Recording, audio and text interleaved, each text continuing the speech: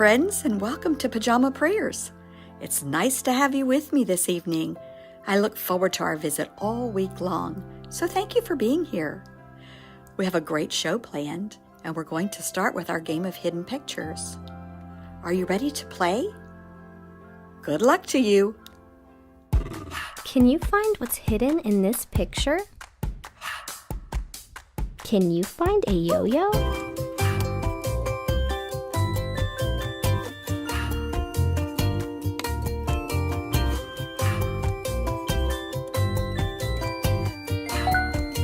Can you find a slice of bread?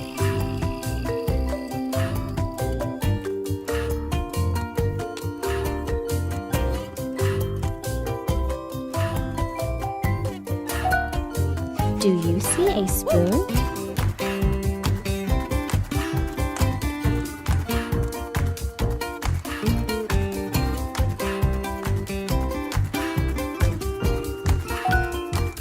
What about a ruler?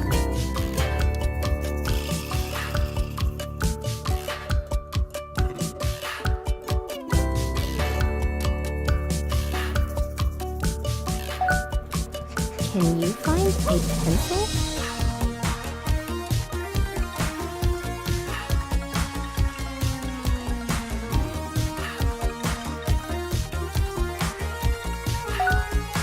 Do you see a wedge of orange?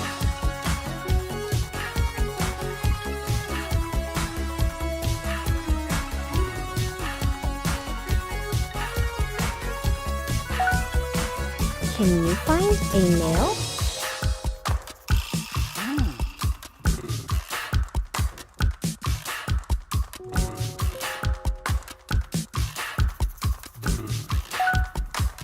Can you find a baseball glove?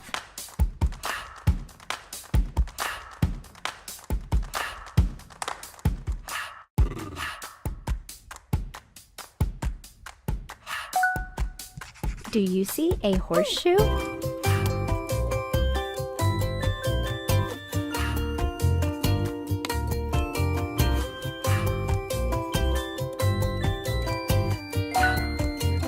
Can you find an envelope?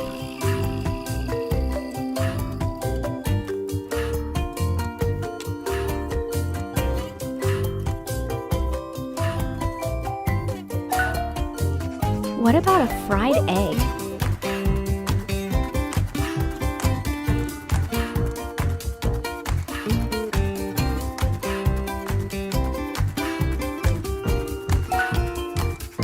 Do you see a dove?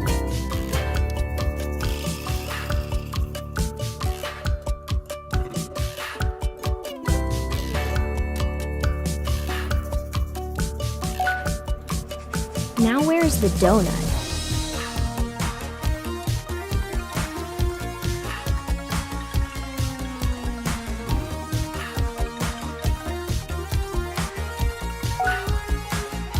Can you find the dog bone?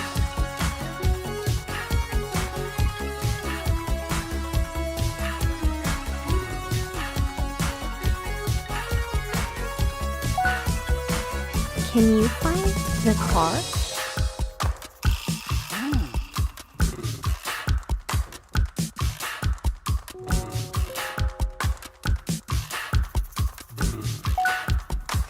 Can you find the button?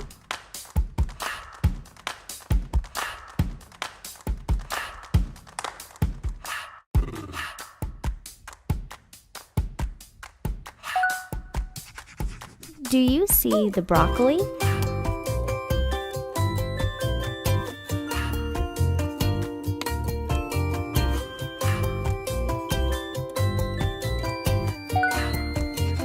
Do you see a book?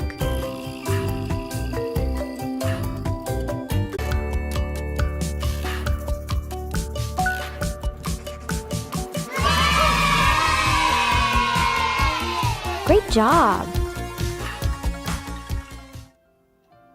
Well, that was a fun game of hidden pictures. You know what I loved? I love those crazy helmets those kids were wearing. Do you wear a safety helmet when you're riding your bike or skating? I hope so. You need to protect your head for sure. We're going to move on to our story. Tonight's story is a great story by Max Lucado called You Are Special. I hope you enjoy it. You Are Special by Max Lucado. The Weemics were small wooden people. All of the wooden people were carved by a woodworker named Eli. His workshop sat on a hill overlooking their village. Each Weemic was different. Well, some had big noses, others large eyes. Some were tall and others were short. Some wore hats, others wore coats, but all were made by the very same carver, and all lived in the village. And all day, every day, the Weemics did the same thing. Well, they gave each other stickers. Every Weemic had a box of golden star stickers and a box of gray dot stickers. And up and down the street, all over the city, people spent their days sticking stars or dots on one another. The pretty ones, those with smooth wood and fine paint, always got stars. But if the wood was rough and the paint chipped, the Weemics gave dots. The talented ones got stars too. Some could lift big sticks high above their heads or jump over tall boxes. Still, others knew big words and they could sing pretty songs. Everyone gave them stars. Some Weemics had stars all over them, and every time they got a star, it made them feel so good. It made them want to do something else and get another star. Others, though, could do little, and they got dots. Ooh. Punchinello was one of those. Well, he tried to jump high like the others, but he always fell. And when he fell, the others would gather around and give him dots. Sometimes when he fell, his wood got scratched. So the people would give him more dots.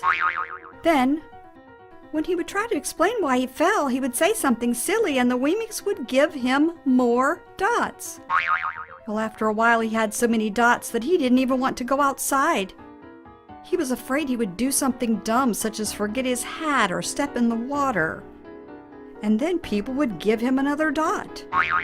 In fact, he had so many gray dots that some people would come up and give him one for no reason at all. He deserves lots of dots. The wooden people would agree with one another. He's not a good wooden person. Well, after a while, Punchinello believed them. I'm not a good Weemic, he would say. The few times he went outside, he hung around with other Weemics who had lots of dots. He felt better around them. Well, one day, he met a Weemic who was unlike any that he had ever met. She had no dots or stars. She was just wooden. Her name was Lucia. It wasn't that people didn't try to give her stickers. It's just that the stickers didn't stick. Some of the Weemics admired Lucia for having no dots, so they would run up and give her a star. But it would fall off. Others would look down on her for having no stars, so they would give her a dot. But it wouldn't stay either. That's the way I want to be, thought Punchinello. I don't want anyone's marks. So he asked the stickerless Weemic how she did it. Oh, it's easy, Lucia replied. Every day I go see Eli. Eli? Yes, Eli the wood carver. I sit in the wood shop with him. Why? Why don't you find out for yourself? Go up the hill, he's there. And with that, the Weemic who had no stickers turned and skipped away. But will he want to see me? Punchinello cried out. Lucia didn't hear. So Punchinello went home. He sat near a window and watched the wooden people as they scurried around, giving each other stars and dots. "It's just not right," he muttered to himself. And he decided to go see Eli. He walked up the narrow path to the top of the hill and stepped into the big shop. His wooden eyes widened at the size of everything. Well, the stool was as tall as he was. He had to stretch on his tiptoes to see the top of the workbench. A hammer was as long as his arm.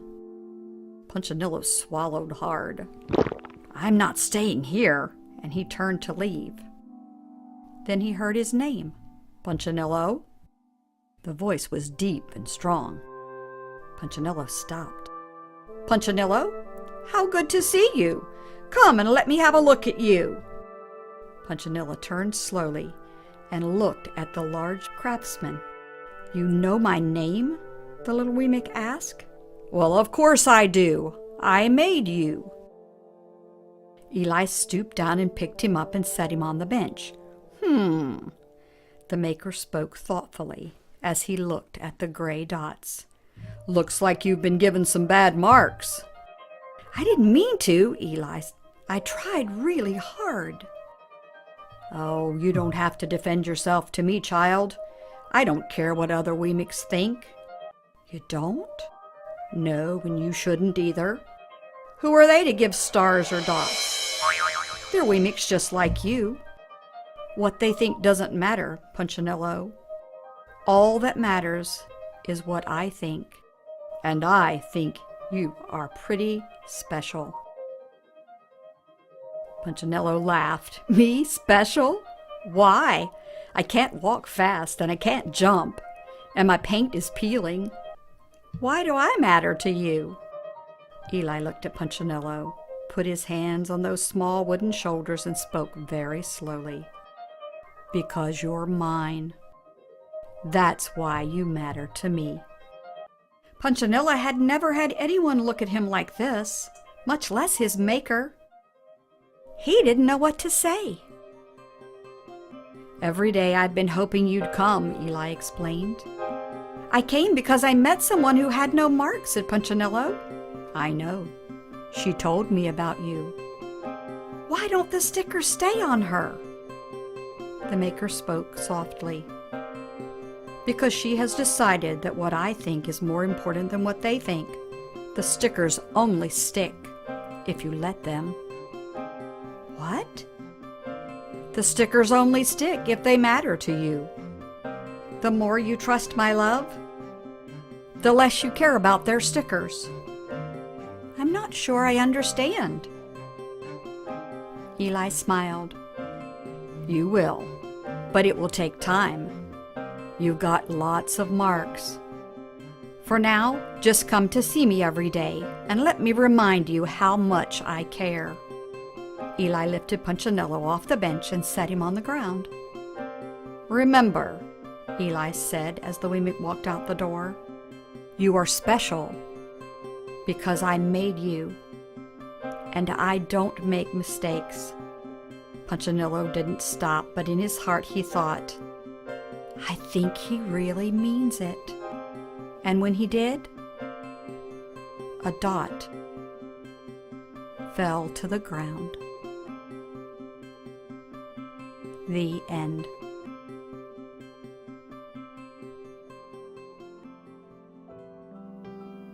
Boys and girls, do you know how special you are to God? You are the only one of your kind. He didn't make anyone else exactly like you, and He loves you so much. In the book of Psalms 139 and verse 14, the Bible says, "I am wonderfully made." God made you so special. As we come to the end of our show tonight, I want you to remember this. You are not what you have. You are not what you do. And you are not what people say about you. You are a beloved child of God. Turn to someone there with you and say, "You are worth more than you know, capable of more than you think. and loved more than you can imagine. Good night.